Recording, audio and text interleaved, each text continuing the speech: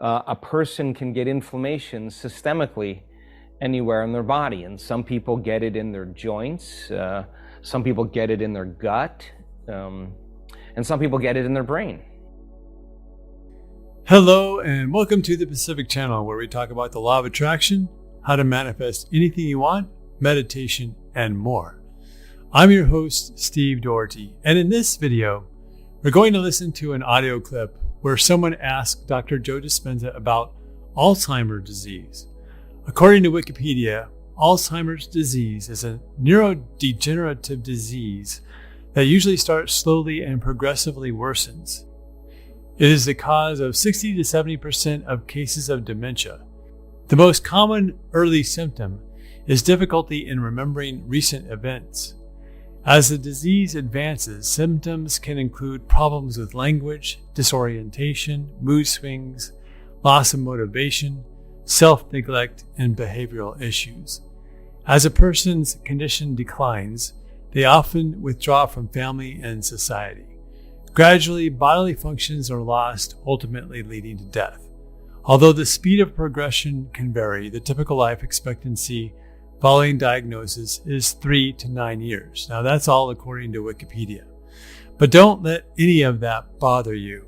Anything can be healed, no matter how far it has progressed, despite what all the so-called experts may tell you. There are many examples of people overcoming this and other diseases.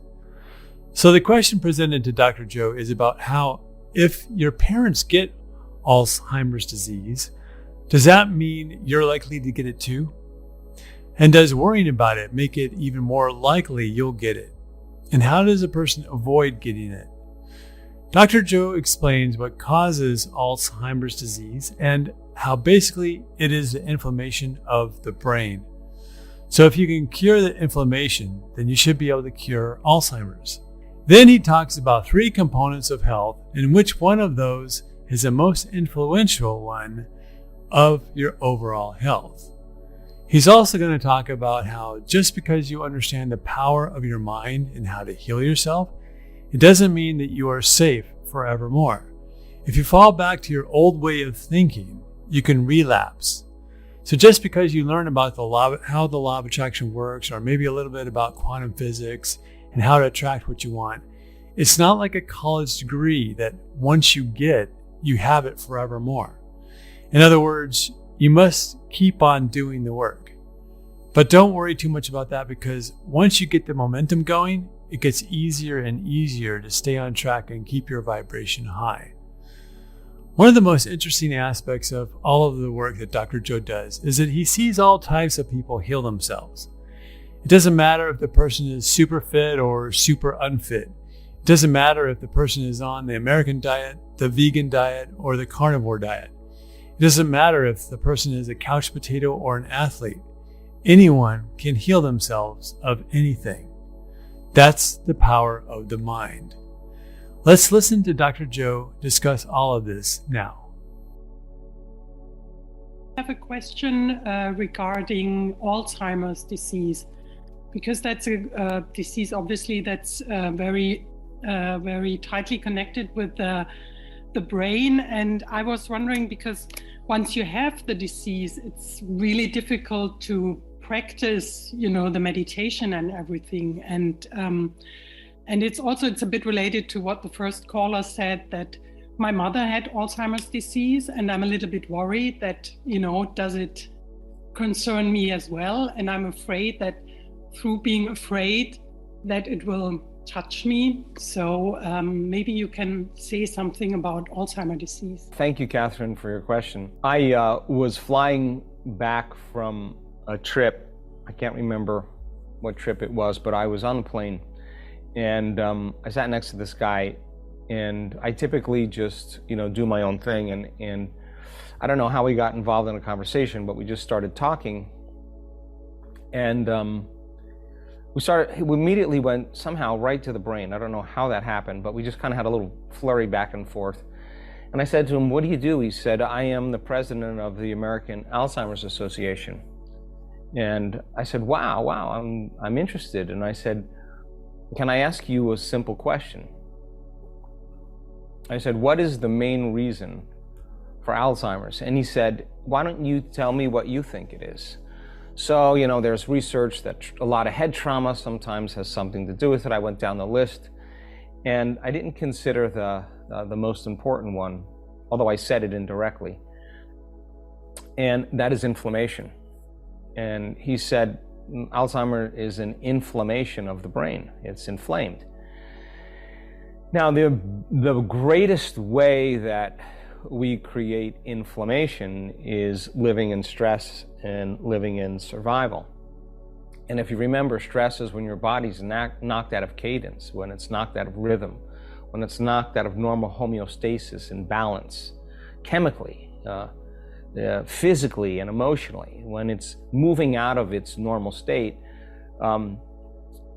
it compromises energy in the body. And so the adrenal glands just dump all this adrenaline and epinephrine, norepinephrine, cortisol, and these steroids. And those steroids that are created from the adrenal cortex have very anti-inflammatory properties. If you get bit during the fight, it's cortisol that's going to give you the energy, but it's also going to help reduce the pain and inflammation. So the problem is cortical oversecretion tends to weaken the immune system, and a person can get inflammation systemically anywhere in their body. And some people get it in their joints, some people get it in their gut, and some people get it in their brain. And when the brain gets inflamed and it moves out of chemical balance, when it moves out of emotional balance, it'll begin to move out of physical balance, and genes will be signaled and selected and instructed. And those genes then that you have as a person, there may be some genes that you've inherited from your parents that could be more easily selected and instructed because it's closer to your genetic propensities. And so then, if you can get your body physically more balanced and exercise and what's good for the heart is good for the brain, aerobic exercise is essential to break down the connective tissue in your body, and do yoga or whatever it is that you want whatever it is that you want to do to get your heart and brain circulating more blood. If you get more blood through the brain, which is pretty much a good consumption, it's very small percentage of our body weight, but it takes up 20% of the body's blood flow and energy. So you want to circulate blood through your brain, you're going to get wastes out of there, and that's helping your body to get physically balanced. And sleep is a big element as well. Chemically balanced, you do the things that help to reduce inflammation by taking certain vitamins, by changing your diet.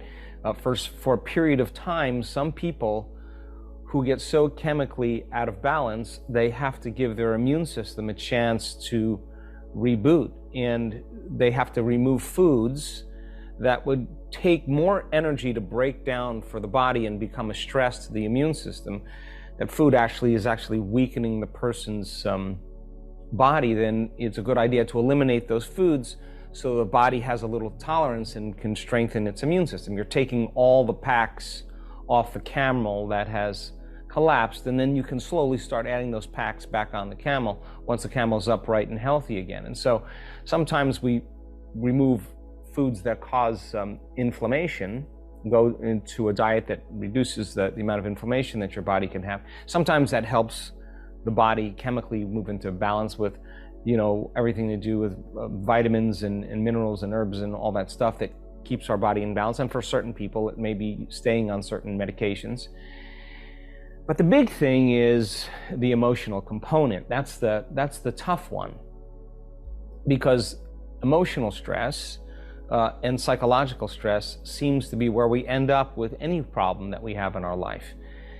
And if we stay in that state for an extended period of time and we're living by those survival emotions, well, the stress hormones downregulate genes, and they actually do create disease. And so if we understand that from a theoretical standpoint, then we should start paying attention to our response to the conditions in our environment. And it's not that you react, there's nothing wrong with that.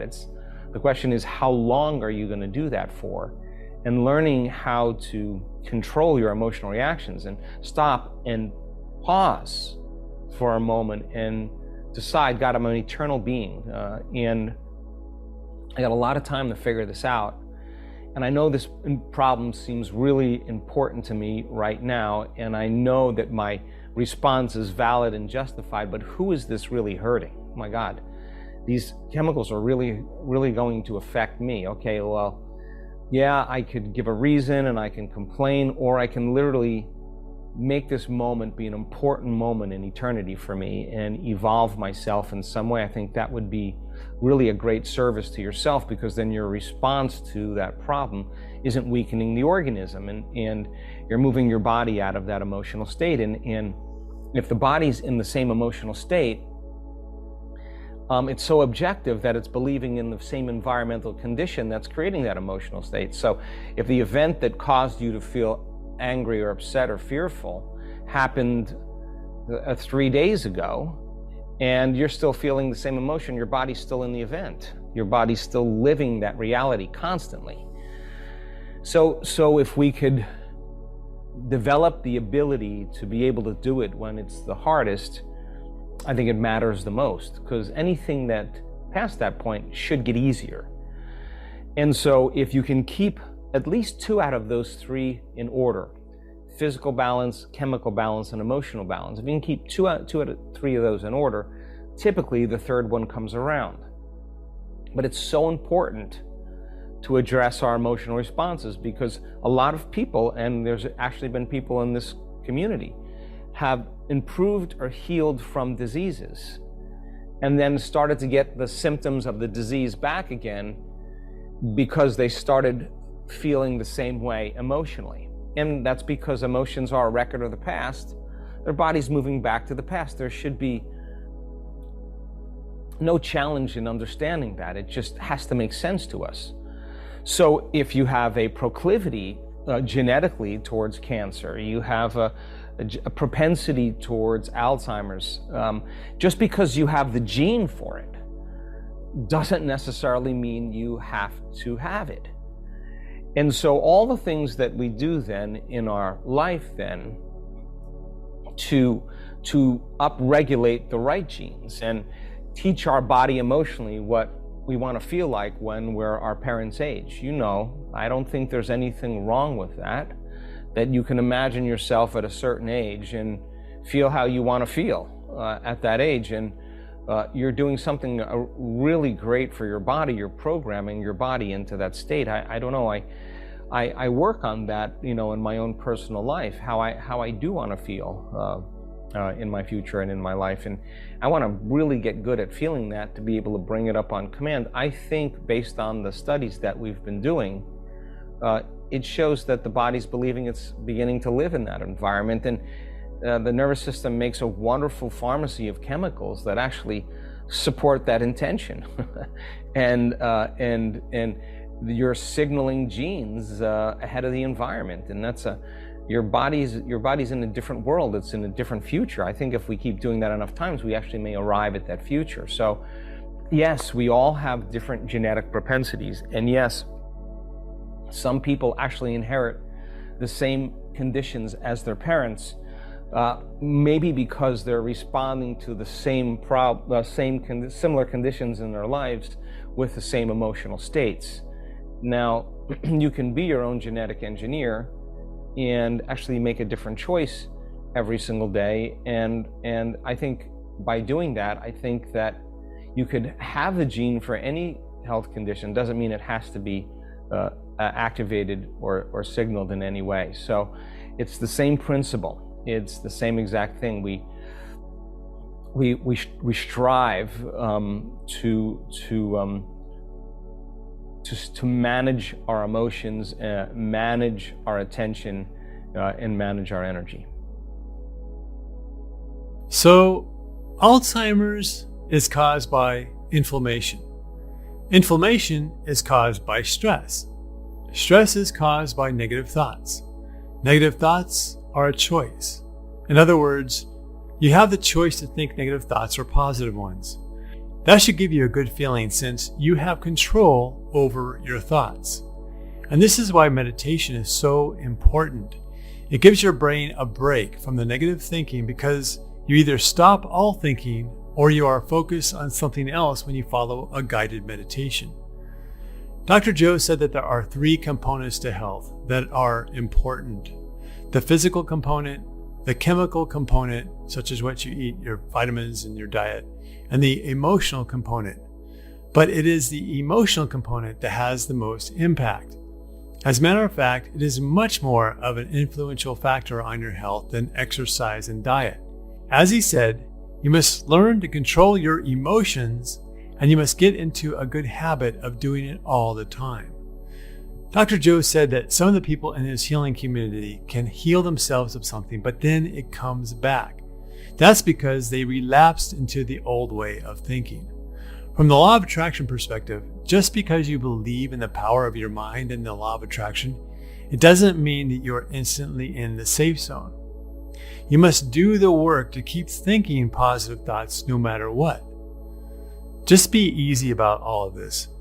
Don't worry about attracting something from your parents or anyone else. Just be good to yourself. Do things that make you happy. Follow your bliss, follow your dreams, and enjoy your life to the fullest. That's the best prescription drug there is for life. If you like this video, please like and subscribe, and please share it with your friends and family because this information could be life-changing for them. Life is supposed to be good to you, and it's supposed to be fun. Let go of all worry, fear, and doubt. Thanks for watching, and until the next video, stay positive.